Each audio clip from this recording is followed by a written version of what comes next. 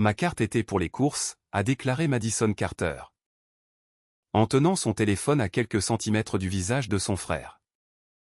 Alors, explique-moi pourquoi 7650 $ ont disparu avant le lever du soleil. Madison avait 29 ans et travaillait comme conservatrice de documents dans un musée de l'aviation à Dayton, dans l'Ohio. Elle restaurait des journaux de bord de vol et des lettres de temps de guerre endommagées par le feu, l'eau et la négligence. Pourtant, il y avait une personne dont les désastres, elle ne pouvait jamais réparer. Son frère cadet. La veille au soir, il l'avait invité à un concert en plein air et lui avait demandé d'emprunter sa carte pour l'essence et les courses. Elle avait hésité parce que chaque faveur pour lui semblait devenir une autre obligation. Mais elle la lui avait quand même remise.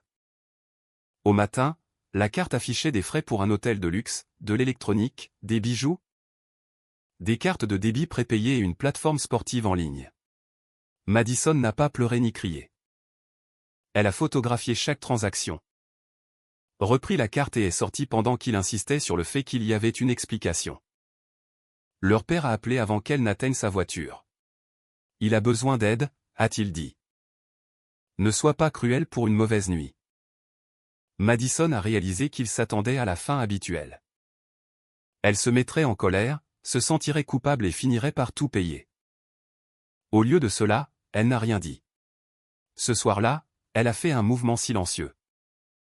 À exactement 7h35 le lendemain matin, son frère a ouvert le compte qu'il croyait le sauver et a crié assez fort pour qu'un voisin appelle le gérant de l'immeuble. Avant de vous dire ce que Madison a changé cette nuit-là. Pourquoi son frère a paniqué et ce qui s'est passé quand leur père a appris la vérité. Dites-moi quelle heure il est, où vous êtes et d'où vous regardez. J'aimerais savoir jusqu'où cette histoire a voyagé. Madison a découvert les dégâts à 6h42 le dimanche matin. Elle a ouvert son application bancaire pour vérifier si son salaire avait été versé et a vu qu'il ne restait que 184,17 $ de crédit disponible.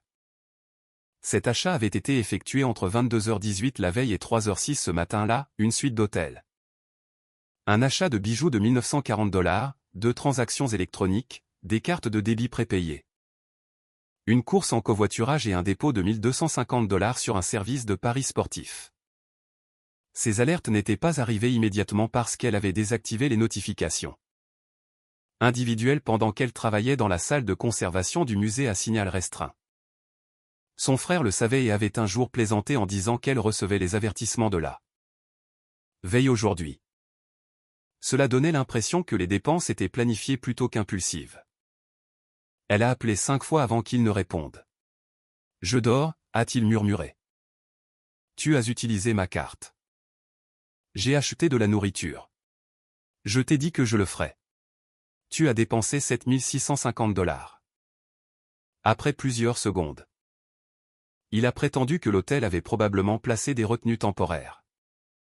Madison a demandé si le magasin de bijoux avait aussi placé une retenue temporaire. Il a marmonné qu'il devrait en discuter plus tard, et elle a entendu des rires en arrière-plan. Il n'était pas chez lui et pas seul. Madison lui a ordonné de rendre la carte, mais il a raccroché. Elle a ouvert chaque transaction sur son ordinateur portable. La chambre d'hôtel avait été réservée à son nom pour 2 invités. Le reçu des bijoux listait un bracelet en diamant gravé des initiales L et S. La transaction de Litry l'a menée à un compte créé avec son adresse email des mois plus tôt. Elle a cherché dans son dossier de spam et a trouvé d'anciens messages de vérification prouvant que ce n'était pas une nuit d'imprudence. Ces informations financières faisaient partie d'un schéma plus long. Madison a conduit jusqu'à son appartement et a attendu. À 9h27, il est arrivé en covoiturage avec une femme portant le bracelet. Quand la femme a vu Madison, elle a demandé « C'est ta partenaire en affaires ?» La femme s'est présentée comme Sabrina Hall et a expliqué que Lucas avait prétendu que Madison finançait discrètement une entreprise de revente d'équipements médicaux. Sabrina avait investi 4000 $ parce qu'il avait promis de le doubler en 6 semaines. Madison lui a dit la vérité. Il n'y avait pas d'investissement et Lucas avait utilisé sa carte de crédit sans permission. Sabrina a enlevé le bracelet et a demandé à Lucas s'il avait menti sur tout. Lucas a blâmé l'alcool, la pression, les fournisseurs et la confusion, changeant son explication toutes les quelques phrases. Madison a demandé à Sabrina de conserver leur message, puis a exigé la carte. Lucas la lui a remise et a insisté sur le fait qu'il rembourserait tout quand son accord commercial se conclurait. Il n'y a pas d'accord. Madison a dit, tu as utilisé mon email pour un compte de Paris. Tu as dit à quelqu'un que j'étais ton investisseur et tu as attendu jusqu'à ce que tu saches que mes alertes seraient retardées. Il l'a accusé de toujours supposer le pire. Madison est rentrée chez elle, a gelé la carte, a demandé de nouveaux numéros de compte et a contesté les frais. La banque a averti que certaines réclamations pourraient être difficiles parce qu'elle lui avait volontairement remis la carte physique. Mais Madison avait une autre forme de levier. Pendant 3 ans, elle avait maintenu un compte d'urgence pour protéger Lucas d'une expulsion ou du chômage. Il ne pouvait pas retirer d'argent. Mais Madison avait autorisé des paiements automatiques de loyer s'il prenait du retard. Et elle était aussi la garante de son bail d'appartement. Lucas croyait que même après avoir dépensé 7 650 $, elle le sauverait pour protéger son propre crédit et éviter l'embarras familial. À 22h16 ce soir-là, Madison a ouvert le bail, l'autorisation de paiement, les dossiers de Paris, les captures d'écran de Sabrina et les messages dans lesquels Lucas admettait avoir utilisé la carte. Elle a écrit une phrase dans son journal. Ce soir, j'ai besoin de conséquences, pas d'une autre conversation.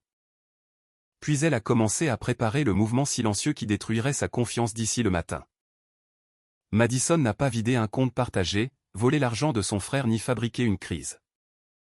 Elle a fait quelque chose de bien moins dramatique et de bien plus dommageable pour le système qui l'avait protégée. Elle s'est retirée de chaque obligation financière qu'elle avait volontairement acceptée en son nom. D'abord, elle a contacté la société de gestion immobilière via son portail de documents d'urgence.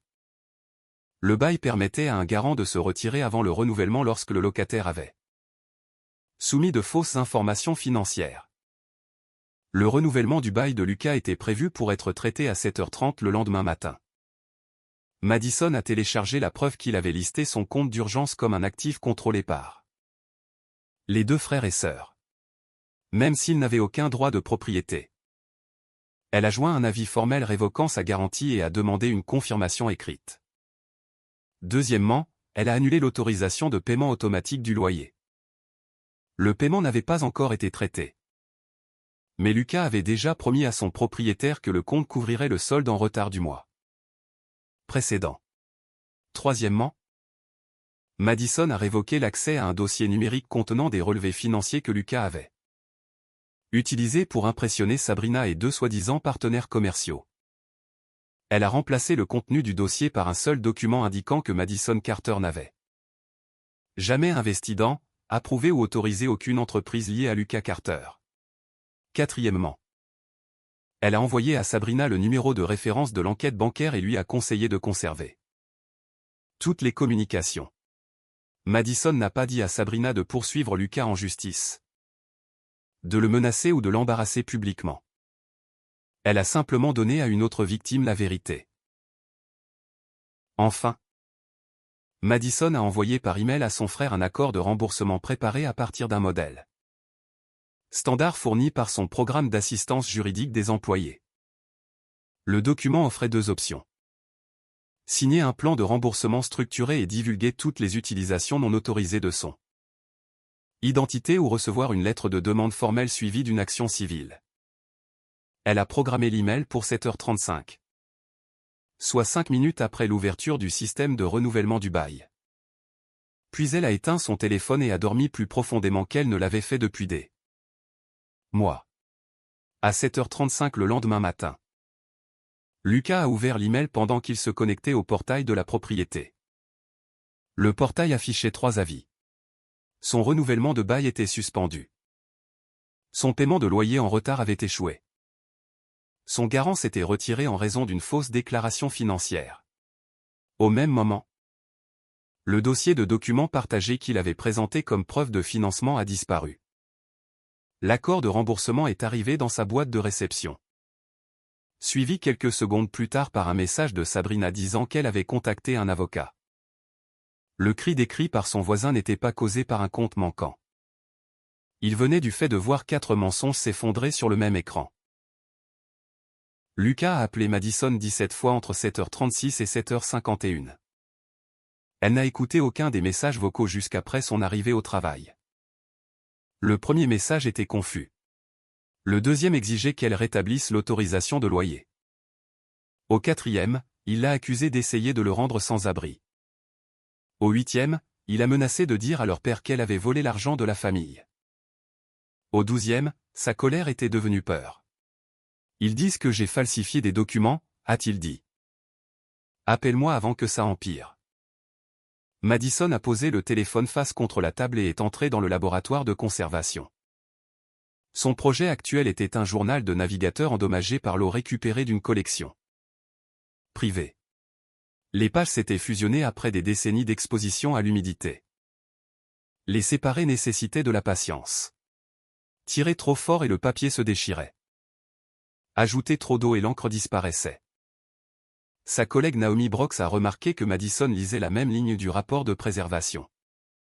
Pendant plusieurs minutes.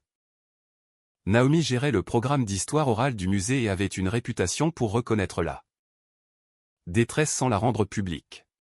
Elle a fermé la porte du laboratoire et a demandé : As-tu besoin d'aide pratique ou d'aide émotionnelle ?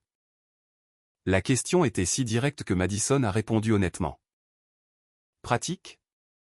Mon frère a pris ma carte et dépensé 7 650 $.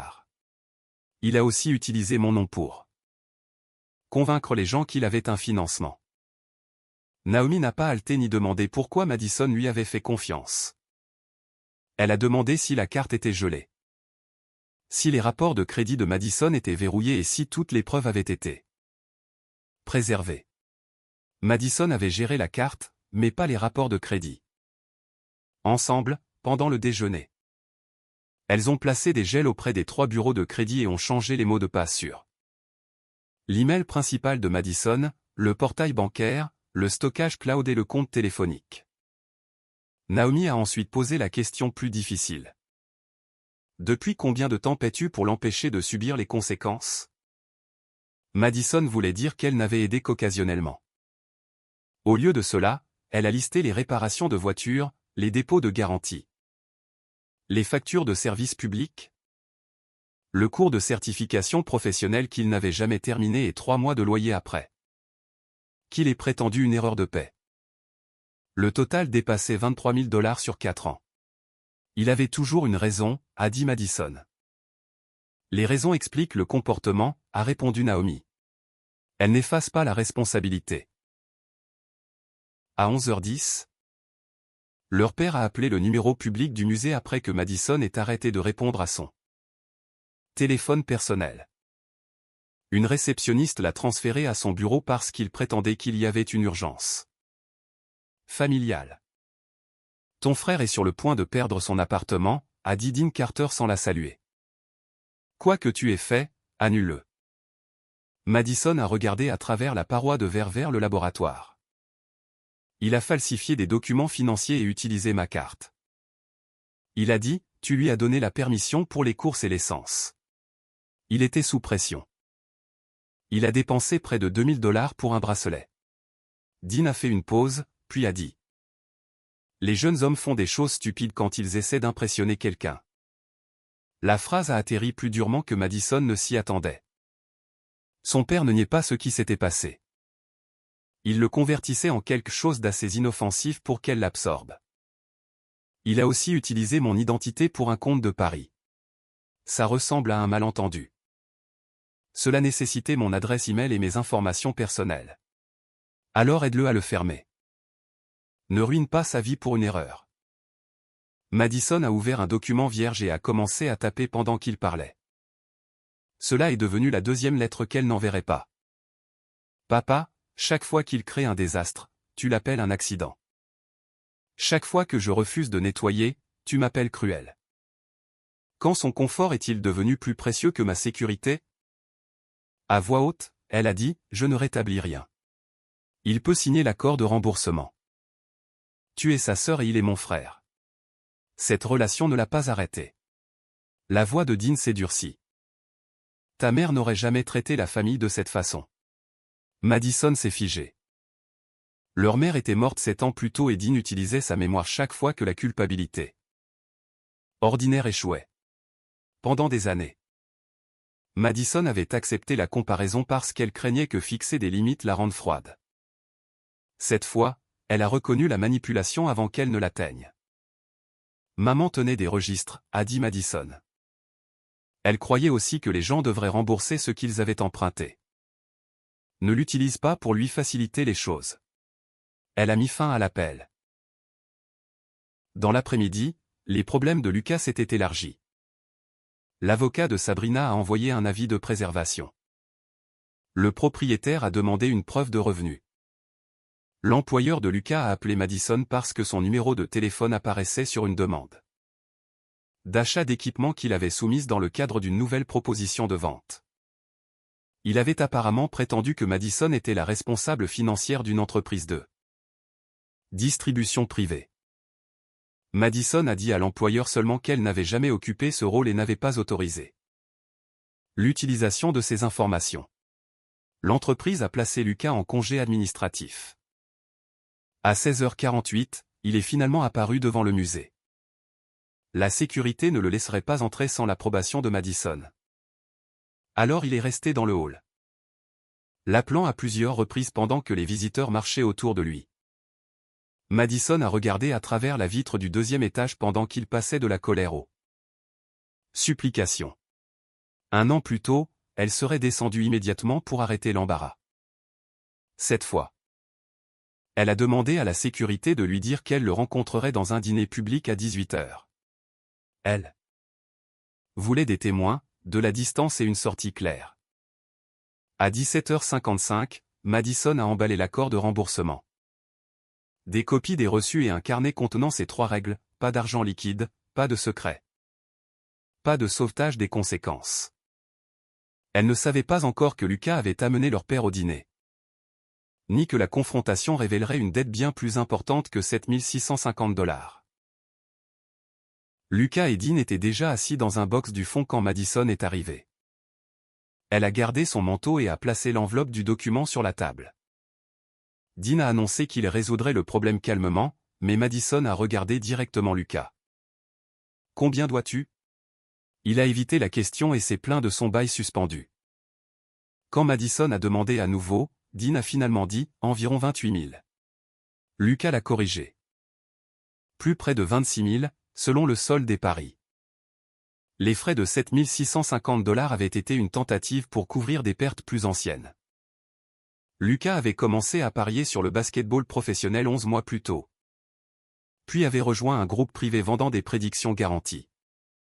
Après avoir perdu, il avait emprunté auprès d'applications d'avance sur salaire. Utilisé de nouveaux prêts pour couvrir les anciens et persuader Sabrina d'investir dans la fausse entreprise d'équipement. La nuit du concert. Il avait acheté de la marchandise qu'il avait l'intention de revendre et louer une suite d'hôtels pour impressionner des hommes qui prétendaient pouvoir le connecter avec des investisseurs.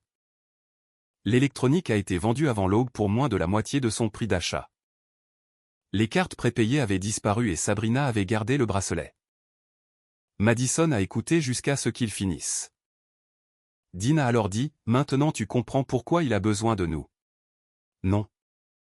Madison a répondu. « Maintenant je comprends pourquoi tout argent que nous lui donnons disparaîtra. » Lucas l'a accusé de vouloir le punir. Madison lui a rappelé qu'elle avait seulement voulu que la carte soit utilisée pour les courses. Elle a ensuite demandé à Dean quand il avait appris pour les paris. Après avoir hésité, il a admis qu'il le savait depuis 2 mois et avait déjà payé 6 000 $ de la dette de Lucas avec des économies destinées à réparer son toit. Il avait encore encouragé Madison à rester garante de Lucas parce que Lucas avait promis qu'il arrêtait. Madison s'est senti plus trahi par la dissimulation que par le montant. « Tu m'as laissé continuer à payer son loyer pendant que tu savais. » Dean a répondu qu'il essayait de protéger son fils. « Et je suis ta fille » a dit Madison. Elle a placé l'accord de remboursement sur la table. Il exigeait que Lucas reconnaisse la dette, effectue des paiements mensuels.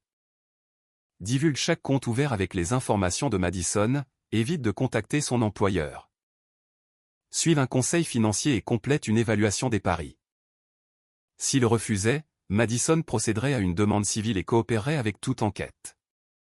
Dean a qualifié l'accord de quelque chose que des étrangers utiliseraient.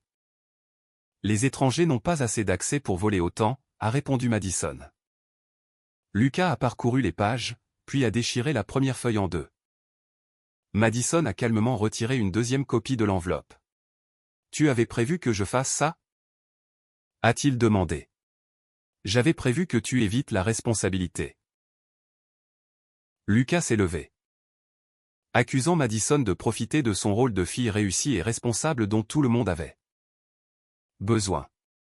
L'accusation faisait mal parce qu'une partie était vraie. Après la mort de leur mère, Madison avait construit son identité autour d'être fiable.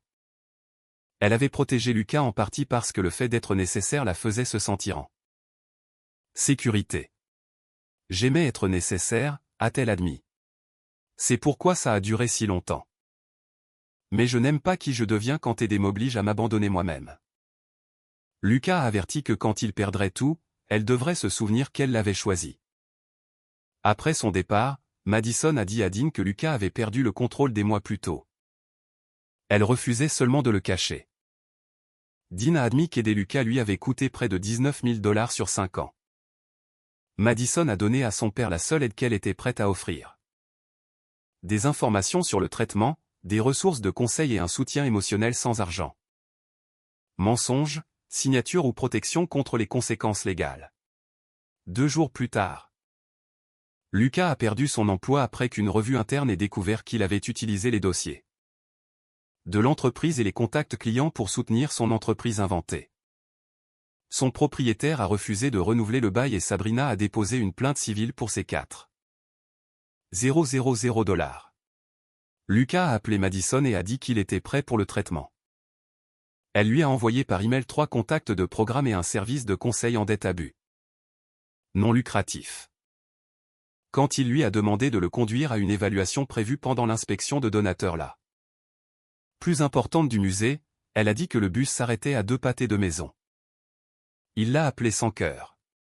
Madison est allé au travail. Lucas a manqué sa première évaluation et a prétendu que le bus était en retard. Il a manqué la deuxième à cause d'une supposée entrevue d'emploi.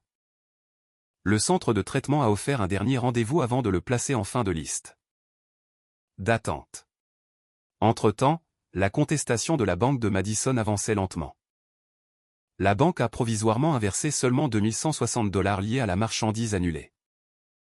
Elle devait encore effectuer des paiements sur l'hôtel, le dépôt de literie, les cartes prépayées et l'électronique, la forçant à annuler une conférence de conservation à Montréal qu'elle avait prévu d'assister depuis 2 ans. Cette perte rendait les dégâts plus grands qu'un nombre. Lucas avait consommé des opportunités et du temps qu'il n'avait jamais considéré. Naomi a encouragé Madison à utiliser le programme de conseil du musée. Pendant sa première séance, le docteur Hélène Porter a demandé quand elle s'était d'abord sentie responsable de Lucas. Madison se souvenait d'avoir 16 ans quand leur mère avait été hospitalisée et que Lucas, âgé de 12 ans, avait oublié un projet scolaire. Madison était resté éveillé jusqu'à 2 heures du matin pour le construire pour lui. Il avait obtenu un A et leur mère avait félicité Madison pour toujours prendre soin de tout le monde. Ce compliment était devenu un rôle. Au fil des ans, Madison avait rempli des formulaires, couvert des factures, écrit des CV, appelé des employeurs et transféré de l'argent chaque fois que Lucas paniquait. Qu'aurait-il appris s'il avait reçu la note d'échec, a demandé la conseillère. À se préparer, a répondu Madison. Et qu'a-t-il appris à la place? Que je me préparais pour lui. Lucas a finalement assisté à sa 3e évaluation des paris après que Dean ait refusé d'aider à moins qu'il n'y aille. L'évaluateur a recommandé un traitement ambulatoire intensif, une surveillance financière et l'exclusion des plateformes de paris. Lucas a accepté l'interdiction des paris, mais a résisté au calendrier de traitement parce qu'il pourrait interférer avec la recherche d'emploi. 3 jours plus tard, Madison a reçu une alerte montrant que quelqu'un avait tenté de réinitialiser un ancien mot de passe. Email en utilisant un numéro de récupération se terminant par les chiffres de Lucas. Il a prétendu qu'il essayait d'accéder au compte de Paris pour pouvoir le fermer. Madison a documenté la tentative et l'a ajoutée à son dossier juridique. Quand Lucas a dit qu'il avait peur, qu'il était sans abri et honteux. Puis lui a rappelé des souvenirs d'enfance et leur promesse de ne jamais s'abandonner l'un l'autre. Madison a répondu, « Être en douleur ne te donne pas la permission de franchir mes limites. » Dean a finalement arrêté de le défendre. Après une dispute devenue assez forte pour qu'un voisin appelle la police. Dean a dit à Lucas qu'il ne pouvait plus rester dans la maison à moins qu'il n'entre en traitement. Et n'obéisse à des règles écrites. Lucas a passé 2 nuits dans sa voiture avant d'accepter le placement ambulatoire. Madison n'a pas célébré. Les conséquences l'avaient forcé à entrer en traitement. Mais elle ne pouvait pas garantir le changement. Elle s'est plutôt concentrée sur une opportunité de promotion au musée. Sa proposition pour préserver des registres de maintenance d'avions en détérioration lui a valu le poste de conservatrice senior. Quand Dean l'a félicité, il a admis que son propre sauvetage avait aidé à créer la crise. Madison a apprécié l'honnêteté, mais a dit que la confiance devrait être reconstruite par des actions. Pendant la divulgation financière de Lucas, un autre mensonge a émergé. 2 ans plus tôt, il avait photographié le permis de conduire de Madison et utilisé les informations pour demander un prêt en ligne. La demande avait échoué, mais la tentative restait dans les registres archivés. L'avocat de Madison a dit qu'elle pouvait le signaler séparément. Lors d'une réunion au centre de traitement, Madison l'a confronté. Chaque ancien email ou document me fait maintenant me demander si tu l'as utilisé. J'ai changé les mots de passe, gelé mon crédit. Annuler des plans et passer des heures à prouver que je suis moi-même. C'est ce que tu as pris. Lucas a dit que le prêt n'avait jamais abouti. Tu as quand même essayé, a répondu Madison. Quand il s'est excusé, elle a dit qu'elle avait besoin d'action plutôt que d'un discours. La conseillère a placé l'accord de remboursement sur la table, et cette fois Lucas l'a signé.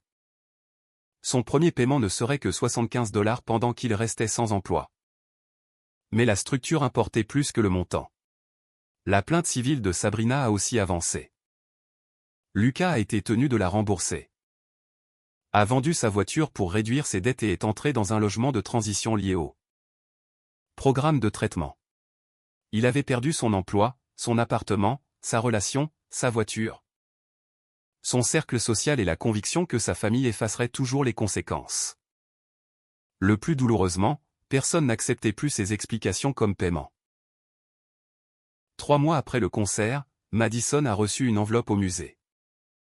À l'intérieur se trouvait un mandat de 75 $ et une note manuscrite de Lucas. La note ne contenait pas d'excuses dramatiques. Elle disait qu'il avait commencé à travailler tôt le matin dans une blanchisserie commerciale. Assistait à un traitement 4 soirs par semaine et avait complété 61 jours sans placer un pari. Il reconnaissait que le nombre ne réparait pas ce qu'il avait fait. Il voulait simplement qu'elle sache que le paiement venait de son salaire. Madison a placé la note dans le tiroir de son bureau plutôt que de répondre immédiatement. Son ancien instinct l'incitait à le féliciter, à le rassurer et à transformer un acte responsable en preuve que tout était réparé. La thérapie lui avait appris à tolérer l'espace entre l'amélioration et la confiance. Au travail, sa promotion a apporté de nouvelles responsabilités. Elle supervisait 3 techniciens de conservation et coordonnait un projet avec une université régionale. Pendant des années, Madison avait refusé des opportunités de leadership parce qu'elle croyait que les urgences de Lucas nécessitaient de la flexibilité. Sans ces interruptions, elle a découvert combien d'énergie la vigilance constante avait consommé. Elle a aussi commencé à reconstruire des parties de sa vie personnelle qu'elle avait négligées. Naomi l'a présentée à un bénévole d'une société historique locale nommée Caleb Morgan. Un ingénieur civil qui restaurait des radios anciennes le week-end. Madison a accepté un café, mais lui a dit qu'elle avait besoin d'y aller lentement. Elle ne voulait plus aucune relation basée sur la preuve de son utilité. La banque a finalement résolu la plupart des frais contestés. Les achats d'électronique annulés et une partie des frais d'hôtel ont été inversés. Les cartes cadeaux et le dépôt de literie ont été refusés parce que la carte physique avait été volontairement fournie. Après les crédits, Lucas devait légalement $5 490 à Madison plus les coûts associés à la carte de remplacement et à la consultation juridique. Combiné avec la plainte de Sabrina, les prêts de Dean et d'autres dettes. Son plan de remboursement prendrait des années. Lucas luttait avec le rythme. Pendant une réunion de traitement, il a dit à Madison que regarder son salaire disparaître dans la restitution lui donnait l'impression que sa vie ne commencerait jamais. Madison a répondu. Le remboursement n'est pas un retard de ta vie. C'est une partie de la vie que tu as créée. Il a eu l'air blessé. Mais la conseillère lui a demandé de s'asseoir avec la déclaration plutôt que de la rejeter. Plus tard, Lucas a admis qu'il avait imaginé la guérison comme quelques mois douloureux suivis de pardon. Il n'avait pas compris que la responsabilité pouvait être répétitive, silencieuse et ennuyeuse. Cette réalisation marquait le premier changement auquel Madison faisait confiance. Dean a aussi commencé un conseil via un groupe de soutien familial. Il s'est excusé d'avoir fait pression sur Madison et d'avoir caché les paris de Lucas. Plus important, il a changé son comportement. Quand Lucas a demandé de l'argent pour acheter des chaussures de travail, Dean n'a pas transféré d'argent liquide. Il a contacté le centre de traitement, a appris qu'un fonds professionnel pouvait fournir les chaussures et a dirigé Lucas là-bas. Quand Lucas s'est plaint que la famille devrait aider, Dean a répondu. Nous t'aidons à utiliser le bon système. Madison a vu cette phrase comme une preuve que son père apprenait la différence entre le soutien et le sauvetage. La famille a assisté à une séance médiée ensemble. Lucas a admis que la fiabilité de Madison était devenue quelque chose qu'il ressentait. Il comparait chaque échec dans sa vie avec sa carrière stable et concluait qu'elle lui devait une compensation pour être la réussie. Chaque fois qu'elle le sauvait, le ressentiment grandissait parce que son aide confirmait sa dépendance. Je t'ai faite la méchante pour avoir ce que je voulais, a-t-il dit. Puis j'ai utilisé ta gentillesse comme preuve que tu ne m'arrêterais jamais. Madison a apprécié l'honnêteté, mais elle n'a pas effacé les dégâts avec un pardon immédiat. Comprendre pourquoi tu m'as fait du mal ne m'oblige pas à te faire confiance à nouveau. Je sais. Et toi? Je commence. Après la séance, Lucas a demandé s'ils pouvaient se rencontrer pour un café un jour sans discuter d'argent ou de traitement. Madison a dit qu'il pourrait y penser après 6 paiements consécutifs et une présence continue. Elle s'attendait à ce qu'il se plaigne des conditions. Au lieu de cela, il a hoché la tête. Le 6e paiement est arrivé à temps. Ils se sont rencontrés dans un petit café près du musée. Lucas portait son uniforme de blanchisserie parce qu'il venait directement du travail. Ses mains étaient sèches et irritées par le détergent industriel. Il semblait embarrassé par l'uniforme. Mais Madison ne l'a pas sauvé de l'inconfort en prétendant ne pas le remarquer. « Comment va le travail ?» a-t-elle demandé. Dur, répétitif, honnête. Il a décrit le tri du linge d'hôpital, la réparation de convoyeurs coincés et l'arrivée avant l'aube. Son superviseur lui avait offert de le former en maintenance d'équipement parce qu'il se présentait constamment tôt. Lucas a dit que l'opportunité n'était pas impressionnante. Mais c'était la première qu'il avait gagnée sans exagérer qui il était.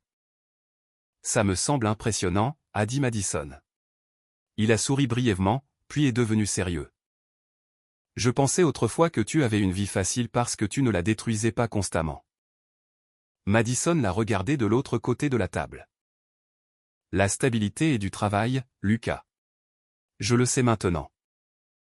Il n'a pas demandé d'argent, de trajet, de référence ou d'introduction. Quand l'addition est arrivée, il a payé son propre café.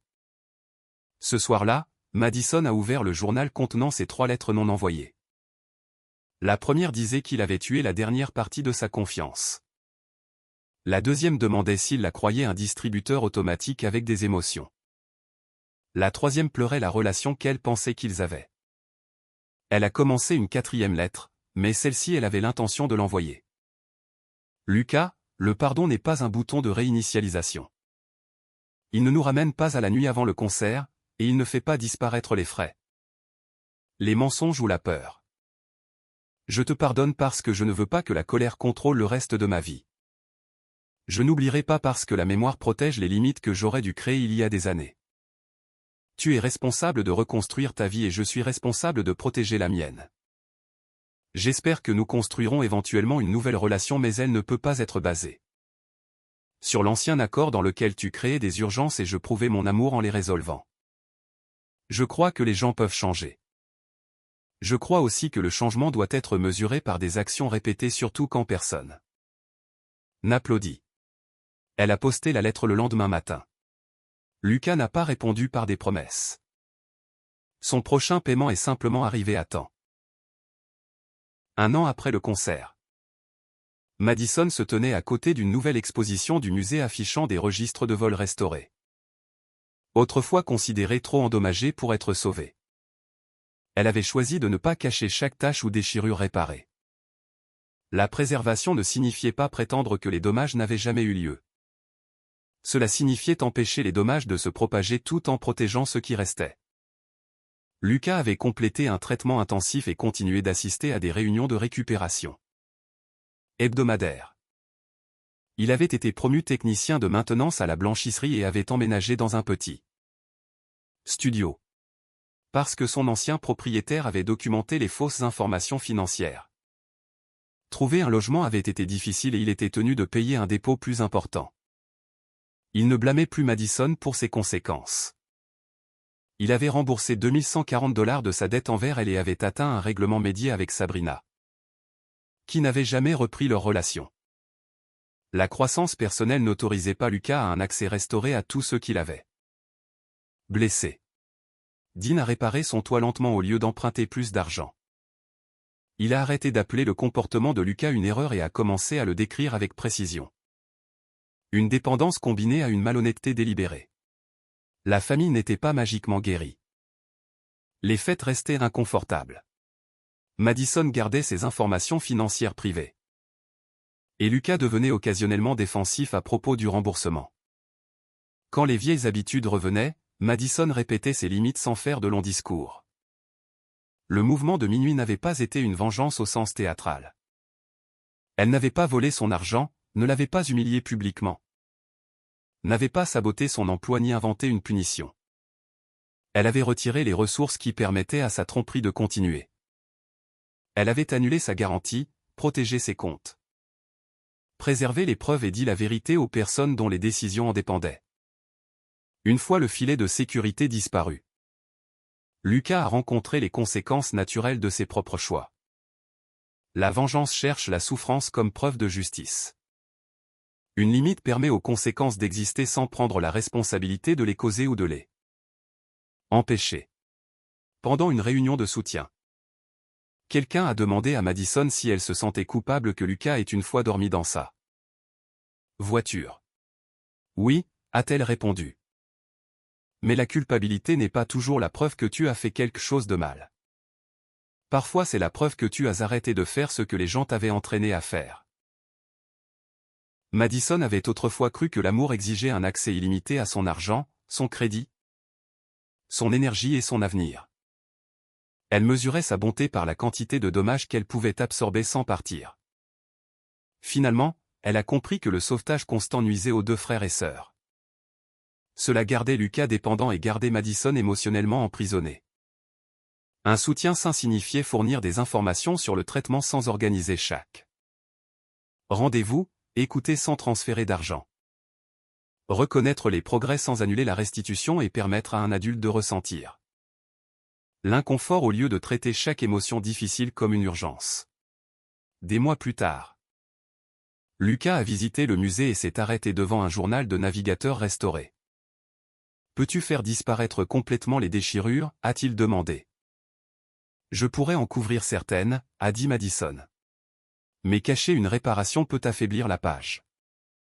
L'objectif est la stabilité, pas prétendre qu'elle n'a jamais été déchirée. » Lucas a compris qu'elle parlait de plus que du papier. Avant de partir, il lui a remis son paiement mensuel. « Je suis désolé » a-t-il dit. « Pas seulement pour l'argent, j'ai fait que ta gentillesse semble dangereuse. » Madison n'a pas dit que tout était oublié. Continue le travail, a-t-elle répondu. Pendant qu'il s'éloignait, elle ne s'est sentie ni victorieuse ni vaincue. Elle s'est sentie libre. La liberté n'était pas arrivée quand Lucas avait finalement compris sa douleur. Elle était arrivée quand sa compréhension n'était plus requise pour qu'elle se protège. La leçon n'était pas que chaque parent en difficulté devrait être abandonné. Les personnes confrontées à la dépendance, à la dette, au chômage ou à la douleur émotionnelle ont besoin d'un soutien significatif. Mais un soutien sain exige de la structure, de l'éducation, de la responsabilité et une communication honnête. Il ne devrait jamais exiger qu'une personne abandonne la sécurité financière ou la santé mentale pour qu'une autre puisse éviter le changement. Les limites ne sont pas de la cruauté. Elles expliquent quel comportement une relation peut survivre. La responsabilité n'est pas un rejet. Elle reconnaît que les adultes doivent aider à réparer le tort qu'ils causent. Le pardon n'est pas une permission de répéter l'offense. Madison a aussi appris que la connaissance financière est une autoprotection. Les alertes de transaction, les comptes séparés, les gels de crédit, les mots de passe sécurisés. Les accords écrits et une documentation soigneuse importent. Pourtant, aucune sauvegarde technique ne peut remplacer la volonté de dire non. À 7h35 ce premier matin, Lucas a crié parce que la protection entourant ses mensonges a disparu. Un an plus tard, ce moment représentait la première fois qu'il était forcé de construire une vie. Honnêtement, Madison a gardé une dernière lettre dans son journal. J'ai passé des années à réparer les conséquences de tes choix. La chose la plus aimante que j'ai jamais faite a été de te rendre ce travail. Elle a fermé le journal et a quitté le musée sans vérifier si quelqu'un avait besoin d'être sauvé. Elle n'était plus le plan d'urgence de la famille, la garante silencieuse ou la ligne de crédit mobile. Elle était Madison Carter. Une femme qui avait enfin compris que protéger sa vie ne la rendait pas déloyale. Cela la rendait entière. Qu'auriez-vous fait à la place de Madison?